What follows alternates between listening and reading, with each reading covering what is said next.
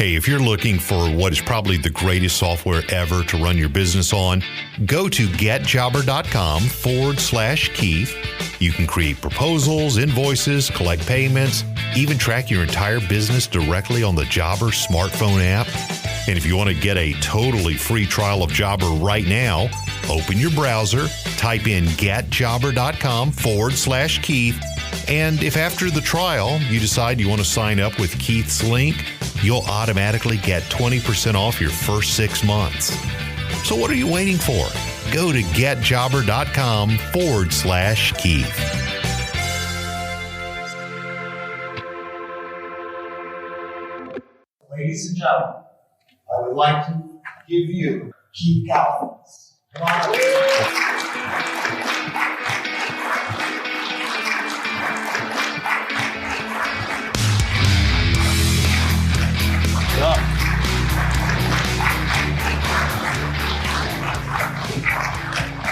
Thank you, Peter. You're welcome, buddy.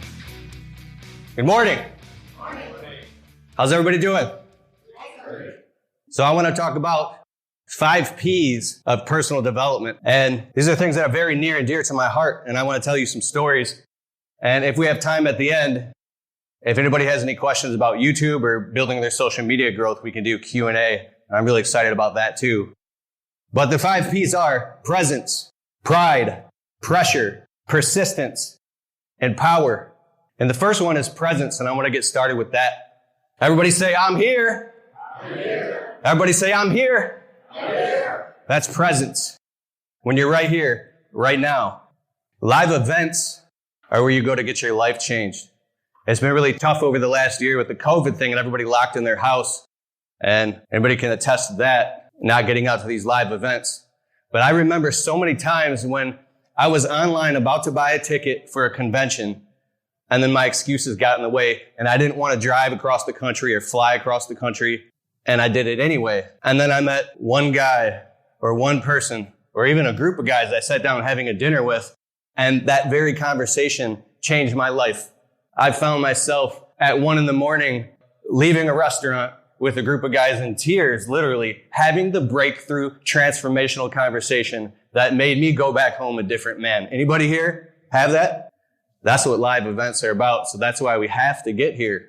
But there's some things that get in the way, and it's our ego and our pride. That's the second thing, is pride. I want to tell you a story. Back in a couple years ago, 2018, I was at an event in Seattle. I had the opportunity to speak there as well as about social media, but I was also coming as an attendee and a student to learn. And frankly, everybody else in the room had a bigger business than me. They made more money than me, and they had their shit together. But because I was there and I knew some stuff about social media and I got to speak, my pride and my ego, just like anybody here in the room, you guys have been through the grit, you've been through the trenches, and you know what it's like to build a business from the ground up. You know what it's like to struggle and suffer. And when you get some scars and war paint and you get basically some money in the bank, when you finally get it together, our pride finally goes up and we get to this point where we come to a live event like this and we'll be in a conversation with somebody and we'll be so stuck on thinking about what's going on in our head or how we're being perceived or how do we look, or we're wanting to talk so much that we forget to put the student cap on. I don't care if anybody here has a 6-figure business or a 7-figure business. It's still time to be a student, because there's people in this very room that can have those very same conversations with that you can walk away totally changed. The answers that you want to get are here. And for me, back in 2018 in Seattle, I was there to get my life changed, yet my pride was in the way. So every time somebody in the room, in these group panels we had, they started talking about marketing, it was so immature of me. I kept raising my hand, or I wanted to butt into the conversation, and I wanted to talk about what I knew because I thought I had the answers. I was just so excited. That's all. I had no bad intentions or anything. And at break time, I go outside and I stand by the water, and my friend Quentin, he's out there. He's looking over the water. Quentin came with me, and Quentin takes me to the side, and he's one of my best friends, and he goes, "Hey, Keith, I don't want to say this the wrong way. I'm looking out for you as your brother, and I don't want to hurt your feelings. But some of the people in the room in the conference are throwing you shade." I'm like, "Throwing me shade? What's that?" He says, "Well, some people are looking at you funny." I'm like, "What do you mean?" He's like, "I didn't want to say this, but you're my brother and you're coming across as a know-it-all. And I know your heart, and I know you don't mean to be that way, but that's how you're coming across." So tone it down a little. So in that moment, literally my whole body, like all my pride went away and it just drained out of my feet. And I was scared and tears started dripping down my face. And I felt completely embarrassed and ashamed of myself. And then I looked back in the conference center and everybody was in there just doing their thing, right?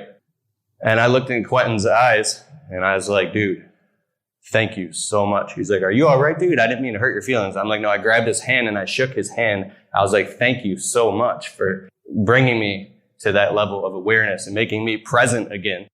And I went back into the conference a different man. And I went in and I sat down like a fucking student. And I put my student hat on and I put the bullshit aside. And I actually sat down and I started going up to different tables, shaking people's hands. And I learned so much the second half of that event because I put my student hat on, right? We already know what we know, but we're here to learn something, right? Quentin is actually my video guy. He's right there. Everybody give Quentin a hand. Quentin's a man of God. Dude, I'll call him at night, and sometimes I'll have some stress, and he'll sit on the phone and pray with me. He's an amazing mentor in my life. I actually met Quentin in 2008 on Craigslist. I was buying a camera, and I showed up at his apartment, and I was all scared and shit. It was like my rent money. It was like my last $500. And Quentin, we just met, and he knew exactly how I felt because he had been there. And now through the years, I've watched him get like $100,000 in camera gear. He's a filmmaker. He does all this amazing stuff. We actually filmed a video for Jill's office together. So check it out on their website. It's sweet. But thank you, Quentin. But remember that lesson about swallowing your pride or just putting it aside, putting your student cap on. The third P is pressure. Anybody here been under some pressure? Yeah? That's when the breakthrough moments happen, is when your back is against a wall. I know when I'm not under pressure, I'm actually lazy. I'm scrolling on my phone. I can't get my shit together. But when there's a deadline and I'm under pressure, all this stuff happens. It's like Parkinson's law. If you have this much time from the whole stage to get something done, you'll literally procrastinate down to the last 10% and get it all done. Well, that's what happened in my life back in 2011 when I met my wife. So I was so broke, I had no car insurance, and I got sued because I got in a car accident. An insurance company sued me, and I owed money to attorneys quick every month. And we just got engaged. We were in this tiny one-bedroom apartment. It was miserable. And the winter came because I was used to landscaping and getting an unemployment check. When you have your own business, you're thrown out into the world, just thrown out to the wolves, and you got to figure it out. Everybody here know what that's like. So it's the middle of the winter, and we have an eviction notice on the door and like 6 days to get out. And I'm literally scrolling online, small business startups under 10,000. No, I don't have $10,000. Small business startups under 1,000. Then I went to $100 and I could find a few different things. And although window cleaning, the actually cleaning of the windows and like the tools are very, very important. You know, you can start up cheap. I went to Home Depot and I bought a bucket, a squeegee, a scrubber, and some dish soap. Amen. I actually went in the dollar store and I was making my own mix out in the parking lot. Dude, I got peroxide and shit, and I was putting a whole thing in there, and I was all proud of it, and I thought that was the way to do it. But so I went online and I found this forum, and they were talking about ways to sell the services. And basically for me, it was to lie. And I was bullshitting because I didn't have a choice. I would walk into small businesses, and I'll tell you the whole system that I had, and it worked like a charm. But not at first, though. So I walked in. I was like, can I please speak with the owner? And whether the owner was there or not, I found a way to exchange contact information and sell my services. Sometimes I could get to the owner, and I would be like, hi, my name is Keith. I own a local window cleaning service. Do you currently have anybody who cleans your windows? And they always said the same thing. Oh, yeah, we already got a guy. We're busy. I was like, but your windows are dirty. Where's the guy at? They're lying to me. And I would stand there to the point where they would get frustrated, and then I would leave. So after doing this for a few days, I was going home with no money in my pocket and scared. It was freezing winter, and literally my fingertips were freezing. I was in this old piece of shit truck with 300,000 miles on it and rust all over it, and I was terrified. I came home again, and I looked at that slip on the door. Now we had like 3 days to get out. Something happened, and I snapped. I realized when my back was totally against the wall, and I was under a lot of pressure, I had no choice. This was time to quit being a victim and be a victor. The next morning I woke up. I went out at 7 o'clock in the morning, the freezing cold, with the bucket, the scrubber, the squeegee. I had this little shitty extension pole, and there was after a time, it was rust all over it. I didn't know anything about the professional tools at that time, but I went door to door to door, and I would not be denied. I literally marched in. I was like, my name is Keith. I own a local window cleaning business, and your windows are dirty. I'll clean them right now for $15. They're like, no, thanks. No, I'm telling you, why are your windows dirty? This is a place. Don't you guys serve food? I'll clean them literally right. Okay. Boom, $15. And I had a little receipt book from the dollar store. And I wouldn't take no for an answer. I literally went into this Chinese carryout place. And it was like, yes, what you want to order? And I'm like, oh, sorry, the political environment. I love Chinese people, by the way. I'm just having some fun. Can I say anything anymore? And I'm like, I'll clean your windows for $12. They were literally filthy. And they're like, no, we don't want none. And I was like, I wouldn't take no for an answer. So I just literally started cleaning the windows, and now they're arguing with me. And then they went out and they gave me $5. And now I had $20. So I did that all day. And I had this card system where I took everybody's business card and I put a number 1 if I clean the windows, a circle with a number 2 with a pen if they were hot, but I didn't clean them yet. 3 if it was and then 4 was definitely a no.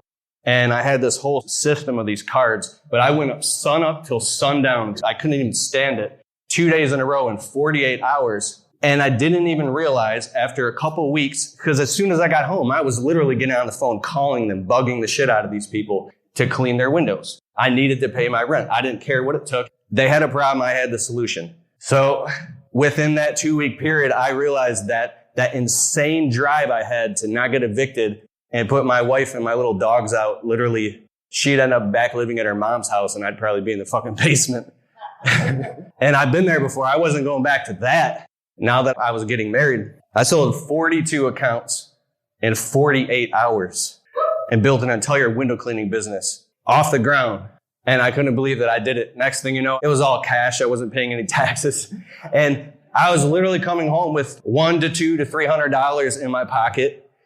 And I didn't know my worth back then. All I knew is I needed to get the bills paid. I didn't know any of this existed. We got the rent paid and we got it done. And having my back against the wall that time, that literally changed my life. The 4th P is persistence. There's a saying that I love, and it's sometimes you got to have a breakdown in order to have a breakthrough. I love to read audiobooks. Anybody here listen to audiobooks? Nice. So you can get a subscription to audible.com for $20 a month, and you get these credits, and you can literally stand on the shoulders of giants while you're working, while you're running your business. And I don't have as much time today to listen to audiobooks because constantly running the business, but I was able to listen to and read 475 audiobooks. And those things changed my life. And having a breakdown to have a breakthrough really, really hit me. There's this book by David R. Hawkins called Power versus Force. And they actually measure the calibration between shame and suffering and fear and guilt and anger all the way up to pride.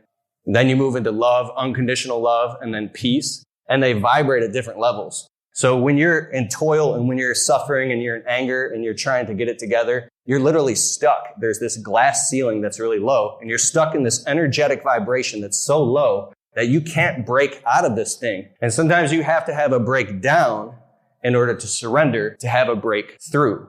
And I'll explain my breakthrough. Anybody here know who Joshua Latimer is? All right, I'm going to tell you about Joshua Latimer. He's a guy who started a window cleaning business, and he has a wife and 5 kids, but they lived in a mobile home, and he would strap a big ladder to the top of this little 1991 red Cavalier, and he would park down the street because he was embarrassed that his customers would see his car. And he built a window cleaning business to over, $150,000 a month. And he had 20 employees, and he did it all literally from scratch. And this guy became a coach, and he became a mentor to me. And I became friends with this guy back in 2016, and he changed my life. You can look him up online. So I was out there hustling and scrambling, landscaping and window cleaning, day in, day out.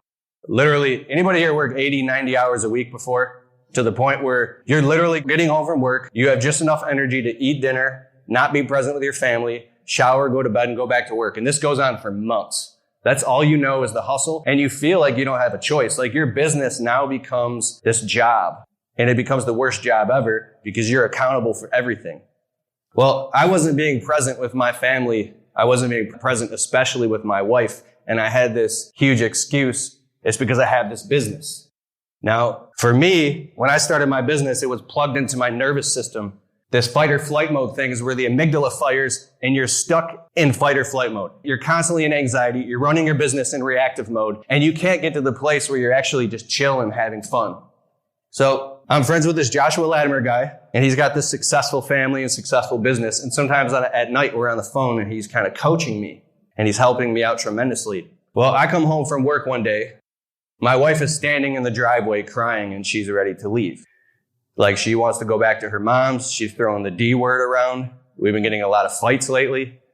And I still have this massive excuse that I can't find the time to spend with her because I have to build this business and pay these bills, pay off this debt, pay off these attorneys. But even though I had actually paid off a lot of the bills and the attorneys, I was still in that survival mode and I still wasn't being present with my wife. So we had gotten in enough fights, and at some point I snapped. I felt so unworthy. I was like, maybe this isn't going to work. I never wanted to consider that, getting a divorce. It was totally out of the question for me. But when you go through enough pain long enough with somebody that you're supposed to love, you get to that point. And so there I am. I'm in my truck, and I have my most valuable belongings with me, my cash. I have my safe with my silver bars because I knew she would take that shit. And I literally have like my landscaping tools and all that. And it's the middle of July and I'm driving, sitting in traffic, completely void of energy and depressed because I'm like seriously about to get a divorce and my whole life is flashing before my eyes. This is the first time I actually packed my shit. And in this weirdest thing, Joshua Latimer calls me in that moment and I'm on the phone with him. He's like, "What's going on, Keith?" I'm like, "You want to know the truth?" And I told him. He goes, "What?" Like this is, if you ever meet Josh, this is how he talks. If you say something that's out of line to him, he will literally talk to you like you're fucking crazy. I'm serious, dude. He's the dude. He's the nicest guy in the world, but he will put your ass in line in 2 seconds. And he's like, "What? You're out driving with you? Where are you going?" I'm like, "I don't know, man. This isn't working." He's like, "Bro, your wife, she doesn't want you to leave. What are you talking about?" I'm like, "She told me to get the fuck out." And he's like, "She just wants you, man. She just wants to be with you. The only reason you guys are fighting so much and she's so upset is because she just wants your presence. She wants your love. She wants your attention." And I'm like, "Well, I can't give that to her because I don't have the time." And Josh would say these things that were so amazing about how sometimes these entrepreneurs, because he coaches tons of them, they will actually end up getting a divorce and he'll get on the phone with grown-ass men who will literally give him excuses talking about, "Well, she doesn't know what I did and how hard I worked and I gave everything." And he says, and it's all bullshit. It's like this victim story that we create as men. And I'm not saying anybody here, I'm saying what I was doing. And then basically to sum it up, he told me about date night. I'm like, "Date night? What's that?" He goes, "Once a week at night, you have this thing called, date night. It's one night out of the week. And you spend that with your wife. You guys pop popcorn, watch Netflix, cuddle up on the couch, eat dinner, make love, play games, have fun." I was like, date night. So he somehow talks me into seeing my marriage as this beautiful opportunity. And I literally turn the truck around and I'm driving back. I pull up in the driveway. And now I'm a changed man, right? I look and all my shit's in the truck. I'm like, I just packed all this. I used to storm and get pissed. You ever storm out and you start grabbing your fucking laundry and all your shit out of the closets? You're like, "I'm fucking done. I'm leaving." It's like the ultimate statement. And it was me just trying to get a reaction out of her. But anyways, I walked back in the house and she thought I was gone. And I walk in the house with a totally different look on my face. And she looks at me and she smirks. She's like, "What are you doing back here?" I'm like, "I want to do date night." So we tried it. We locked down Tuesday nights, every single Tuesday night. But it didn't work at first. The first Tuesday night, we're going out to eat at a restaurant. I just got off work. I got a million things going on. The phone is ringing off the hook. I had no hours of operation. And now I'm in the car. I felt like I was locked in the car with her, being forced to go do this date night thing. And I wanted to literally jump out of the fucking car because I felt like I couldn't do it. It was this excuse. And we got in a couple fights, but then we locked this thing in, and we have consecutively, aside from maybe if we're like out of town or something, we have consistently had date night for 5 years in a row now, every single Tuesday night. And it's been the foundation and change of our marriage. And I even follow up with Joshua Latimer. He said, no. Date night is something you look forward to. Forward to. I'm like, wait a second. So now I have the perfect excuse to work my ass off all week. So then when Tuesday evening comes, I can shut my phone off. And now I find myself, I'm so excited about date night that on Tuesday nights, we are literally watching Netflix or going out to eat. We're popping popcorn. We've watched so many funny movies. We actually watched all the Indiana Jones series again, and we rub each other's feet on the couch. And I'm totally in love with my wife and totally happy. And I really believe that's the foundation of a healthy marriage, is that time. I'm very thankful for that. My wife's actually, is she back there? Oh, did she disappear on me? But I believe that's very, very important when it comes to running a business, is the personal life not blending in to where there's literally no boundaries, because you can get messed up quick. So it took that breakdown for me to have that breakthrough. And here's the next breakthrough. You know what, real quick, is anybody here married?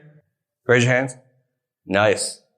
I'm not calling anybody out, but I would just really like to say, really take a mental note of that and document that, because it's a game changer and it's a life changer.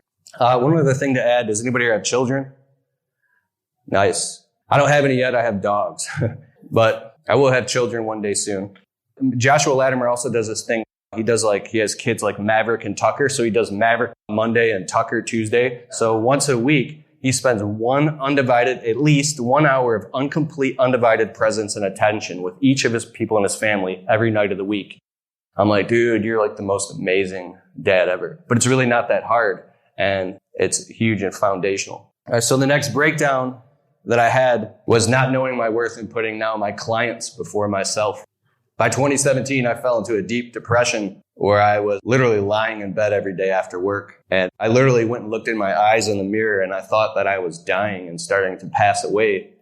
And I thought, I'm like, maybe I already fulfilled my purpose in this life, and I'm literally going to die. It was bad. And I realized it was because I had no energy, because I was putting all my clients and everybody and everything. I just wanted to help people, but I wasn't aware that there was a deep underlying feeling of guilt coming from unworthiness and stemming from a broken childhood, a broken home, growing up in poverty, living on food stamps.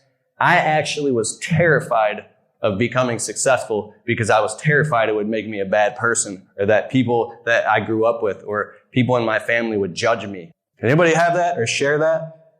Okay. So I'm standing in the kitchen with her. We get in another fight. We don't actually even fight that much, maybe like once a month.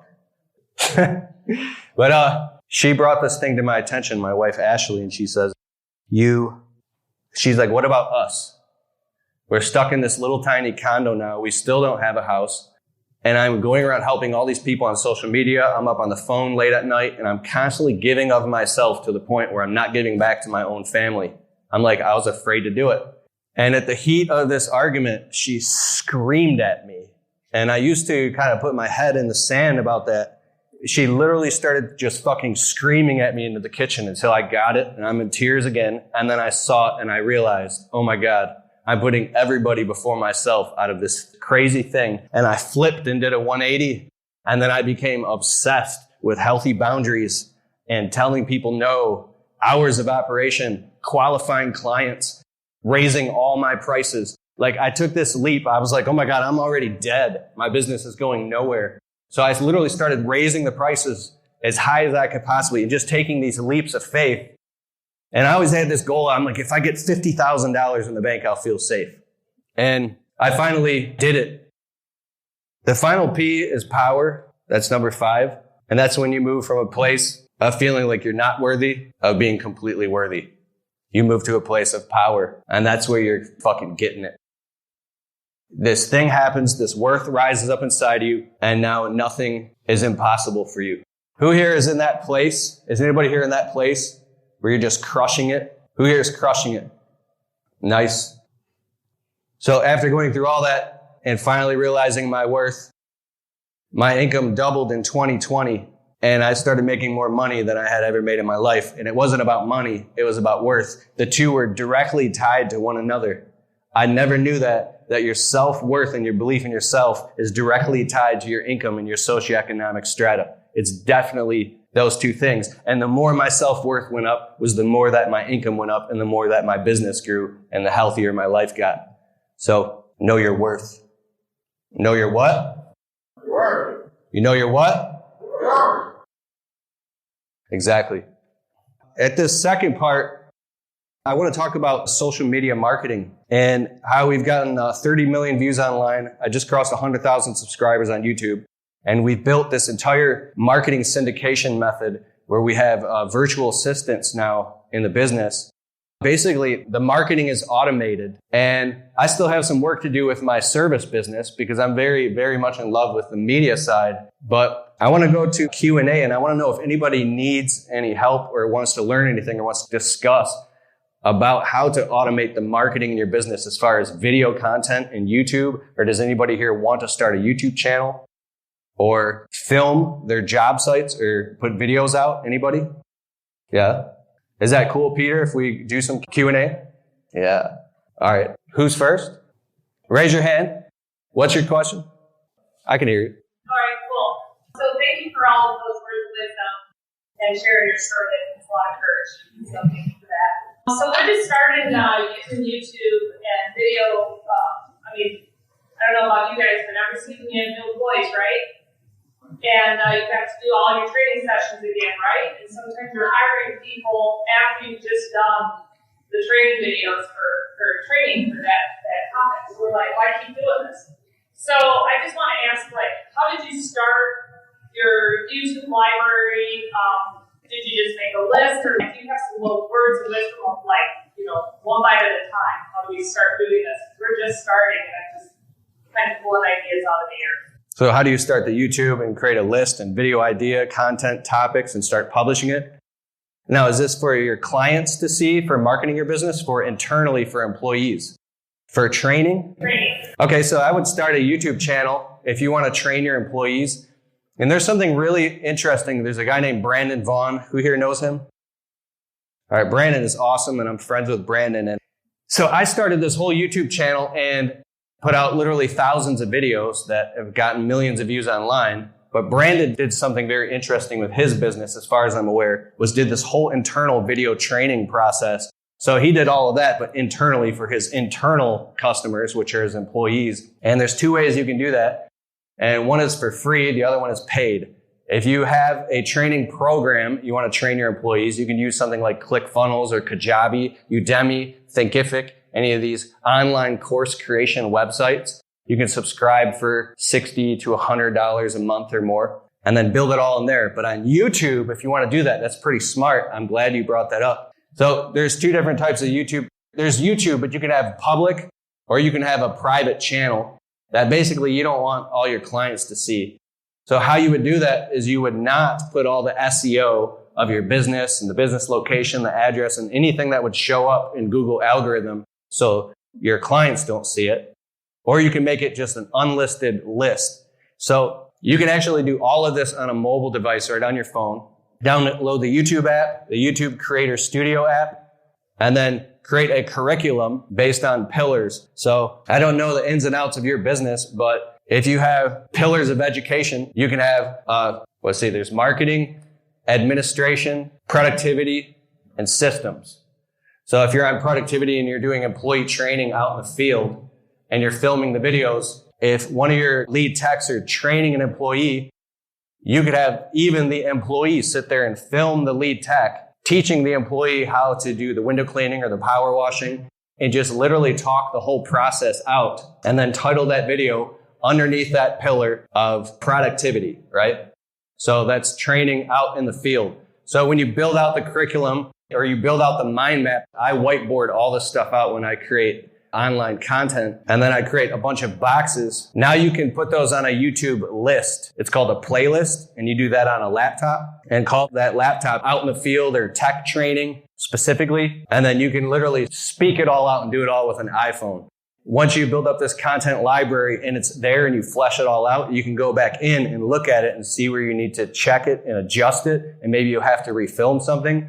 But once you build that out on YouTube, and you can talk to me after, that's a phenomenal genius idea for training employees, because now they can actually take it on their mobile device just sitting there. You can hand them an iPad. But what I like about that versus getting like a Kajabi account, which is an online course, is you can have assessments and quizzes. You can download. They could have PDF downloads and have an actual curriculum-based training. By the time they're done with it, they have full comprehension of how to do the thing. So any other questions?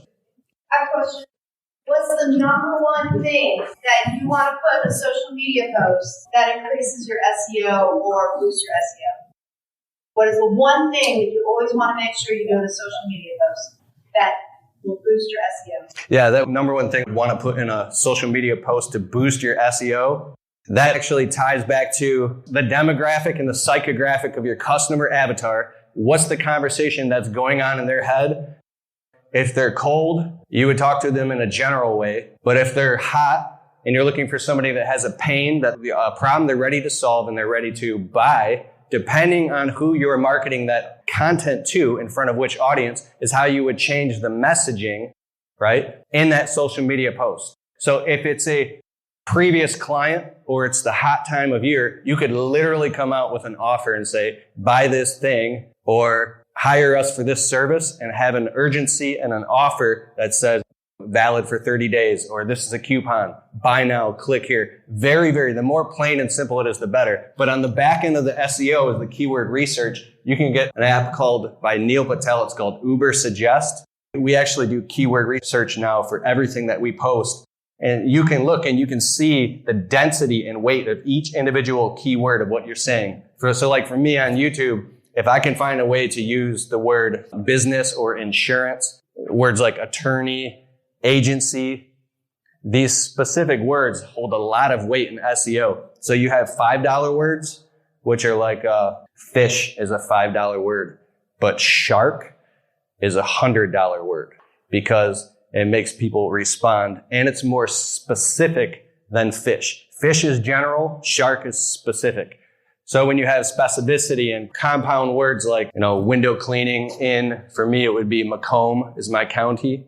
So you have organic and you have paid. If you're paying for the traffic and you're posting it like Facebook ads, then it doesn't matter as much. You want to go directly into the psychology of what's going to make the customer click and respond for a high click-through rate. But if you're dealing with organic, then you have to do keyword research and actually go and create a Google Doc and make lists of your top highest performing keywords. If you have 100 of them, do the 80-20 rule and take the top 20% and try to use those the most. And that's a good way to start for beginners. Uber Suggest is a good tool for that. Does that answer your question?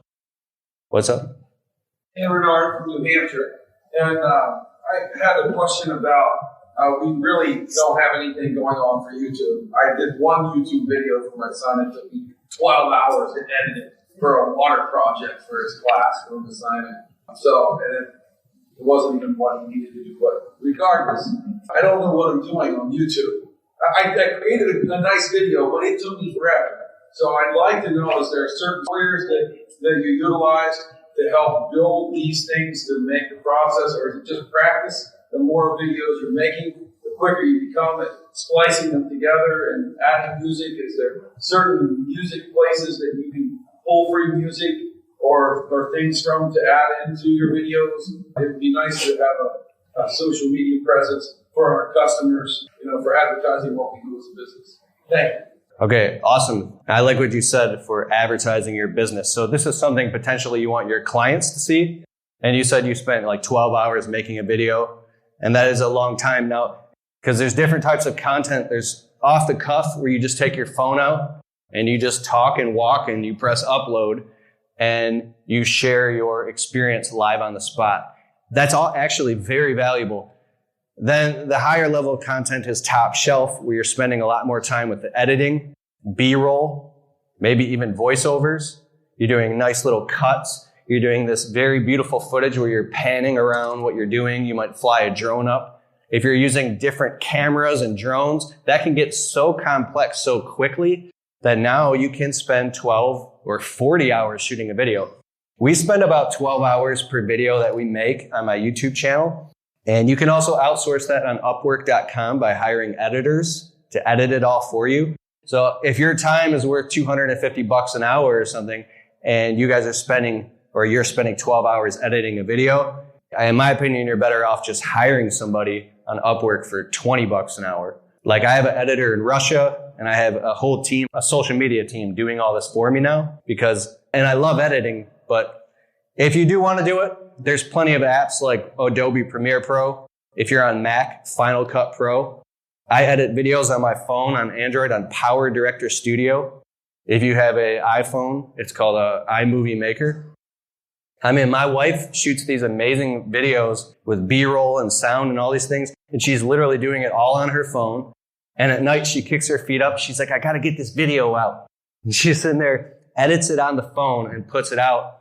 But I think in your position, 12 hours is too long, only because I want to juxtapose and say that Quentin taught me this last night. Okay, so if you're just uploading to YouTube, you can literally take your phone out on a property if you have client permission, which we always do. And you could say, hey, I'm so-and-so with so-and-so services. And I just want to show you we're cleaning this commercial property right now. And we're in this city and in this town because the YouTube algorithm is listening to every single thing you're saying on top of the keywords. And it's documenting that and indexing it. So you want to speak the keywords as well. And you can literally just do, who's the Kaboom guy who's sold? He's the amazing sales guy with a Kaboom cleaner. I'll think of his name in a minute. He was an amazing marketing guy. He would show you what's called results in advance. So if you literally point the phone at guys, water-fed pole, cleaning windows, before, after, hard water stain removal, power washing, and you show it, you don't really have to say shit. You don't have to sell anything. I'm so-and-so, here you go. We make dirty stuff clean. We're right here in your area. We're the highest rated and reviewed business. Click the link in the description below. We'll give you a free quote and we'll come out to your property. You can do that same video over and over and over. You can put it on social media, you can boost it. And it didn't take any production value aside from that. And it's going to be powerful. But what Quentin taught me literally yesterday, the pro videographer guy here, he makes amazing content. If you have something living on the front of your website, like Greg here showed me, everybody go look at Greg's website. He has this commercial. It looks like it costs 20 grand to film. It's this amazing cinematic window cleaning business commercial for his business. And I watched this thing. I was like, my mouth just dropped. Quentin taught me if something like that is going to be on your website for, probably years, you're going to want to invest literally, maybe thousands of dollars to have a company put that out there. So depending on where the video is going to be, it's very important to make sure you're properly positioning your business. But if it's just going up on YouTube, man, just get it out there. The more, the better, the faster. Any more questions? Can I find that video? Greg's the one I was talking about? I think it's on my website. Please cleanmywindows.com. Please cleanmywindows.com. Take a look at Greg's website. It's amazing. Next question. Any more questions about YouTube and social media? I got one here. So we haven't done social media in years. I mean, we had it running and just let it go. And I hired a lady to do my social media. It was cool for a while. We had 15 folders and everything. She'd go in and she would post stuff for us. And the goal was to chat with people online, to tell her about the new services and things like that. So we haven't had a Google AdWords campaign for 15 years. Same kind of stuff. Is it still like put in keywords, all that kind of stuff, and try to get the traffic to flow your way? It's actually, the fundamentals are the same. They'll always be the same, but the methods and modalities are completely different now than they were 15 or 10 years ago. Because back in 2006, 7, 8, 9, 10, and 11, people were just posting things on social media like corporate companies and businesses, not understanding the market and kind of like just blindly posting things to get engagement. And you've seen these companies that have business pages, like every 48 hours, something is posting, it's not getting any engagement. It could be on LinkedIn. It's boring and it sucks. And this is the biggest takeaway of that is I believe you have to have a personality now on social media. It could be you or it could be one of your lead techs who likes doing that, like super important. When you have a personality selling the business and just being yourself, that's what's going to authentically pull in and make the customers lock in and gravitate and listen because they want to see a person. So they come for the information or they come to get the service or what they need, but then they'll return because they like you. And some people are afraid to be on camera. Some are frankly terrified. But, there's a guy named Ben Stein who made he became famous being the most boring guy in the world. If you're boring on camera, you literally could be a rock star to your clients because you're exactly what they're looking for. So just be yourself with volume turned all the way up. And I challenge you to take your phone out, just start posting it and trying it. Even if you're scared, press the upload button and it'll work. So literally, I think find that person to start posting and create a personality on the camera and do that. And that'll get way more engagement than just making a bunch of random posts to promote your business. That's where the quality comes in. What were you going to say? So we paid a company to do our website, and we had all of our employees sign model release. And because there could be some income that generated off of it. So in today's world, are you suggesting possibly that your talent that works for you, that might be an income role if they're your talent and you're generating income off of it? Does that make sense? So if I've got a guy who is all of a sudden a personality and he's doing well for our company, shouldn't I, in turn, not have a model release, but pay them for it? Because they're kind of individual, and they're doing it for all of your window cleaning. Yeah. So what would you suggest that we should do? You're saying if you have somebody in your company who becomes the social media guy, and he becomes a rock star, he or she, and starts bringing in a bunch of leads for the business, rewarding them in some way or moving them up. There's a guy, Tussy Landscaping. He's a great guy. I'll think of his name in a minute here. He actually became that guy, and I met him at Aquascape, this event. And he literally builds ponds and water features he works at a company, but he was so good and so obsessed with social media. When you go on Tussy Landscaping's YouTube channel and on their website, there's these beautiful, epic, cinematic videos. He's literally got clients signing forms, and some of the clients will sit down and they have professional lighting and they'll interview the clients with professional microphones, and he'll literally prop up like a director's chair and he'll sit on a property and tell the story about that property, tell the story about the project and everything beginning to end. And while he's talking, there's this beautiful B-roll footage and drone footage telling all about it. And each and every video is like a commercial. I don't know how he's compensated, but every time I see him, he's smiling and shit. Right. And because part of him, he must love doing that. But I would like to find that out and get back with you, because that's a huge question for how do you reward somebody if they become a rock star in your business, helping with all the media, because that's a major role. It's a marketing position. There was another question I missed you. What's up? Hey, what's up, man? Hi. So I've been watching a lot of YouTube videos on marketing gurus. They're really pushing for LinkedIn right now, saying the ROI is really great. However, I haven't seen anybody speak about it in the service industry. Do you have any experience with that? LinkedIn specifically? Yeah, so he's been watching some marketing gurus talk about how LinkedIn is a kind of a hotspot right now. A blue ocean, a hotspot. And even though I do post on LinkedIn, I don't specialize in it. I know we do post on there semi-regularly, and they're opening up all these new features like LinkedIn stories, and I think you can go live now. And so the engagement is higher, because what these social media platforms will do is they'll open up new features and they'll make it easy to get a lot of traffic. Their algorithm opens up so you can get more exposure, so it becomes a blue ocean, kind of like they did with TikTok. I had a friend posting on TikTok, and he was getting like 500,000 views per video, just posting random crap, which it really didn't benefit him in his business. But with something like LinkedIn, yeah. But I think that's why, but I don't know, because I don't have the time to be on there like that. And the type of content that I post isn't really something I want on LinkedIn. I think because of where your client base is, LinkedIn would be huge. Like less Instagram, no TikTok, no Snapchat, Facebook and LinkedIn would be huge for that.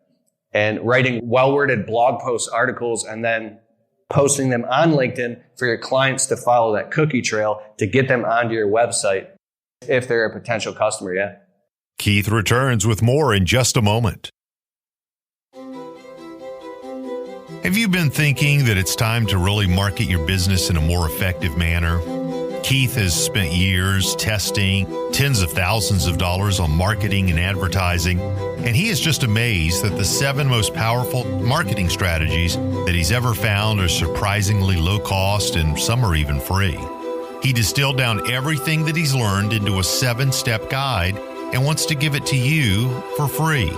If you'd like to download the free guide, it's called 7 Steps to Marketing Your Business, then simply go to keithkalfas.com/7steps. That's keithkalfas.com/7steps.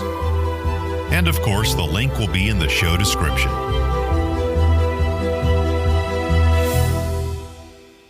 Once again, here's Keith Kalfas.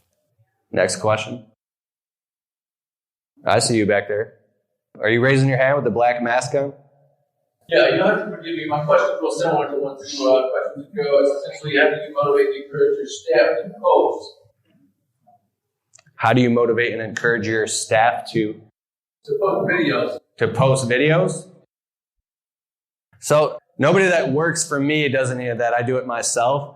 But I have like 8 virtual assistants helping me do that. And they're posting and chopping up content for me all the time. And what I found was when I hire people, because I've probably been through, 30 virtual assistants. And Kurt Kempton here, I've called him up on Voxer, Kurt from Responsibid. And I was asking his advice about virtual assistants at one time, and he gave me a ton of great advice. Thanks, Kurt.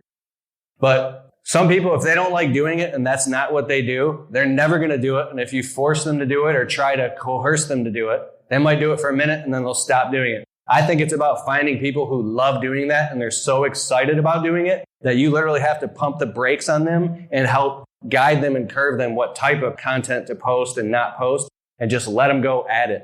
The virtual assistants that I found on Upwork.com that help me with marketing my business, they post so much stuff. Sometimes they post stuff I don't even like and I have to create all these rules and boundaries for them. So go on Upwork.com and hire a virtual assistant to help you post if you can't find somebody on your staff to do it. And I promise you, while you're at an event like this, or you're out selling jobs, or you're doing the books in your business, and then you turn on social media for your business, you're like, oh my God, my virtual assistant posted 2 awesome things today. And my other virtual assistant is writing a new article. And this one is posting this.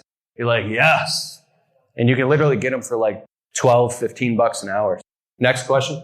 Does that kind of link back into how to gather more followers or subscribers just by posting more quality content? Is that how to get more traction?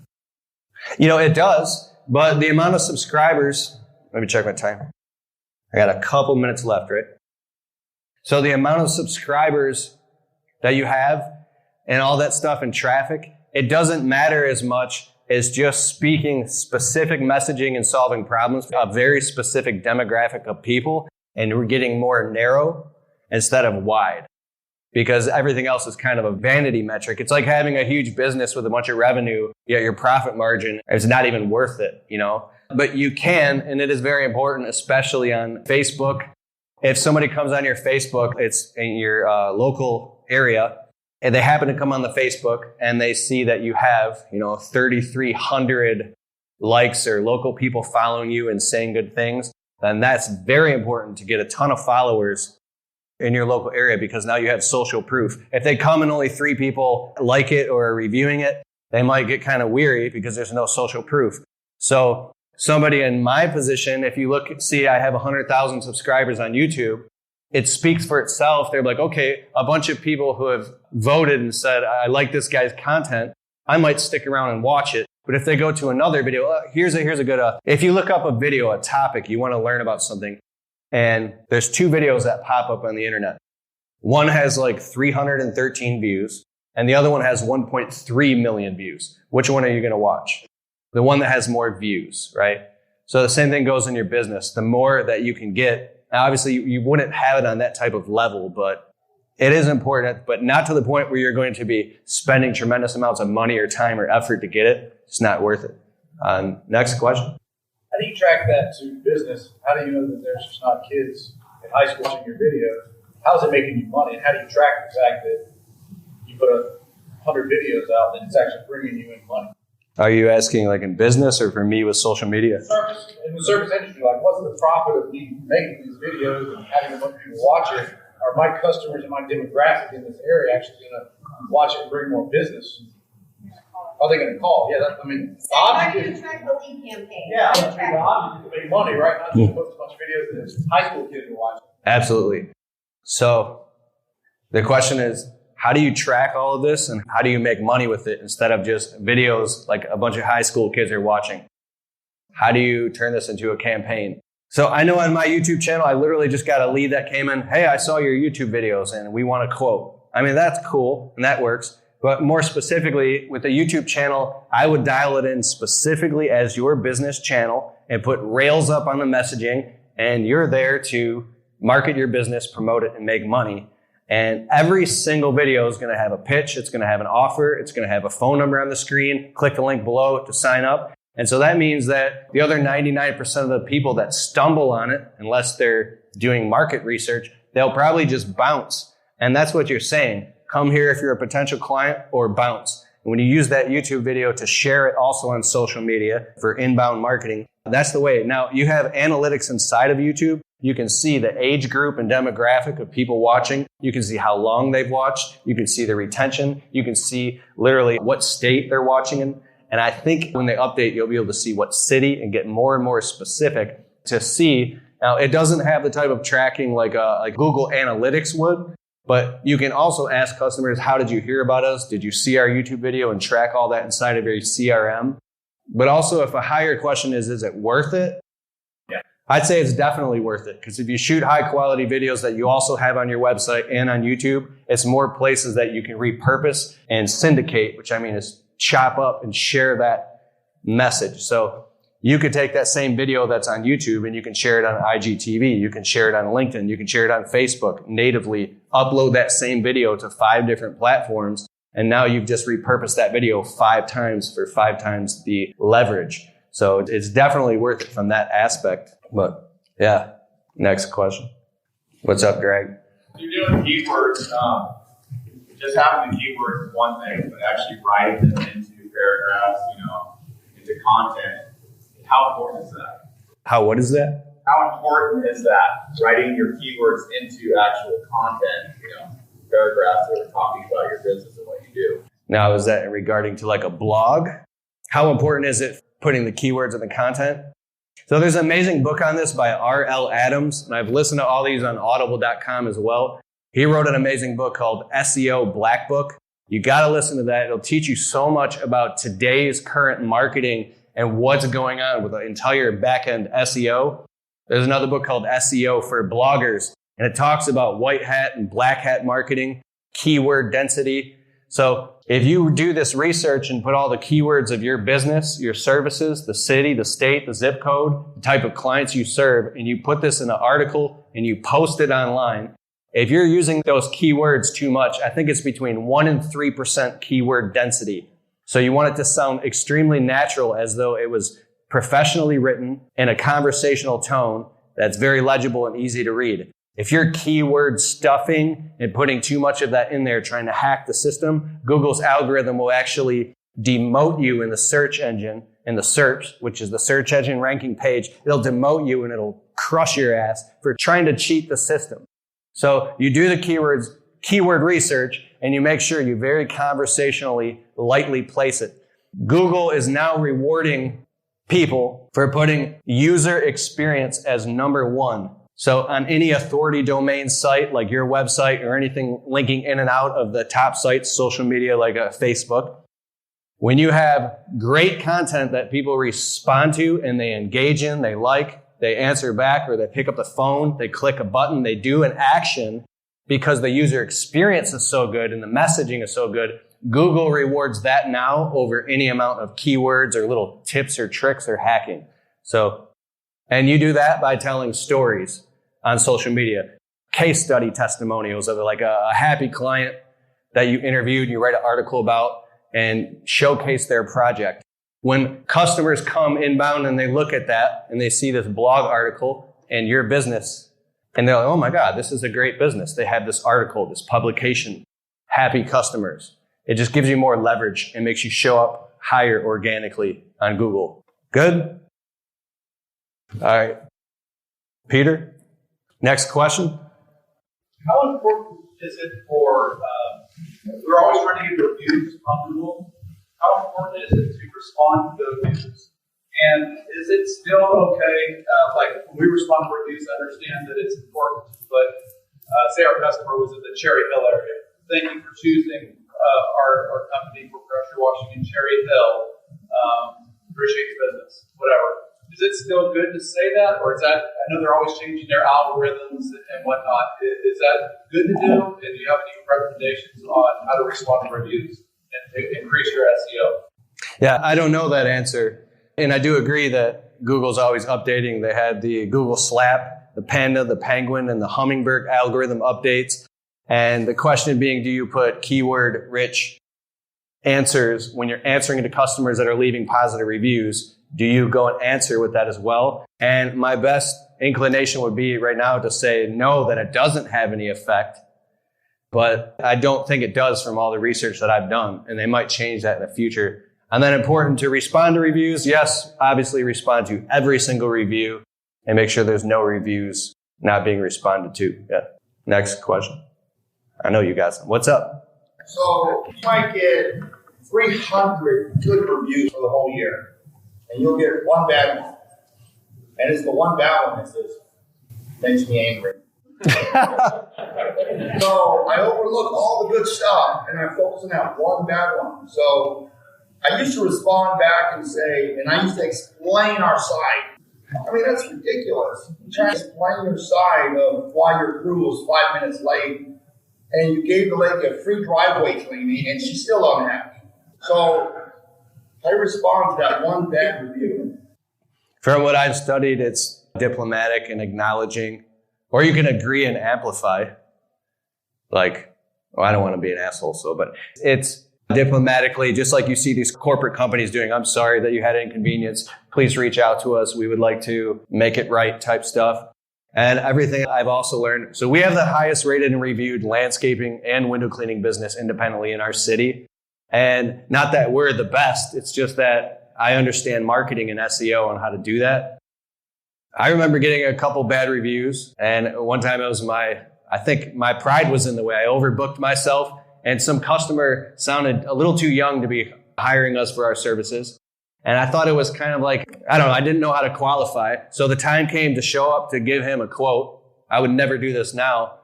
And I just sent him a text. I was like, hey, I'm sorry, I have to cancel because XYZ. I literally I underestimated a client. And the next thing I know, I got this horrible negative 1-star review. And now my heart's racing and I'm calling the guy back, apologizing. And he deleted the comment, but the 1-star stayed forever. Yeah, I could totally agree with what you're saying. But dude, how many positive 5-star reviews do you have? If you look at that and juxtapose it to a couple negative ones, like especially restaurants, I mean, you can point out somebody who's a complainer in 2 seconds, and it takes the people that want to hire you, and they're like, look at that victim alert, and they'll want to hire you even more. So sometimes negative reviews can help you because it makes people polarize on what they believe in even more, you know? Next question. 10 seconds. Any questions? Oh, you got one? We were talking about with regard to how Google rewards, number one, the interaction of the people. Were you referring to strictly social media when you were talking about that? So Facebook and such? Yeah, so he was asking me how Google rewards user experience as being number one to pump you up the SERPs. And was he saying, is that on Google or social media? What's going on? So Facebook, Instagram, Facebook owns Instagram, YouTube, or Google, the Google God, right? They all have their own completely different algorithms that are independent to their specific domain, their website. But it applies to each and every single one because that's how far we've evolved now with SEO. So user experience wins on Facebook. It also wins if you're on YouTube, and it also wins if you're just on Google. But how do you get it on Google? That's everything that's on your website as an indexed domain. So there's something called Google crawlers, and they're literally, it's a software, it's a code that's crawling everything. Every time you update and post something on your website, or you link out to Facebook, or you link back to your website and you're building backlinks, these crawlers come by and they scan your page and they're looking for these updates and reading everything and indexing it on where it should go, where it should be. Imagine that there's a monster library with like billions of books from history to science fiction, A through Z. Everything that you put on the website that you're typing in or sharing or photos is constantly being indexed in that library. So you actually have full control of what Google's doing. And that same thing goes for Facebook, just in a smaller way. Does that make sense? Any more? 10 seconds? If you guys have any more questions about the SEO thing, do check out R.L. Adams. And the books are SEO Black Book and SEO for Bloggers. You can listen to it while you're out running your business or during the day. You will learn so much about the marketing and SEO. But I do encourage everybody, if you haven't, start a YouTube channel. I encourage you, I challenge you to take your phone out, even if you can sometime during this week here, and make that first video for your business. Just introduce yourself and tell the story of how you started your business and how many happy clients you have, and upload that thing and rock it out. We good? We good? Thank you. Thank you, IWCA. All right, guys, thank you so much for listening to the Untrapped podcast. Please share this episode with somebody you think it will create value for. And we're quickly moving up the rankings in iTunes in the category of entrepreneurship. So if you could please just take a quick moment to click the link below, or just go to the iTunes store and type in Untrapped podcast. And please take a moment to leave us a well-written, positive 5-star review. It would mean so much, and it really, really helps the show. And as always, you can go to my website, KeithKalfas.com, to learn more. Or you can go to my podcast page on KeithKalfas.com/podcast. All right, I'll see you in the next episode.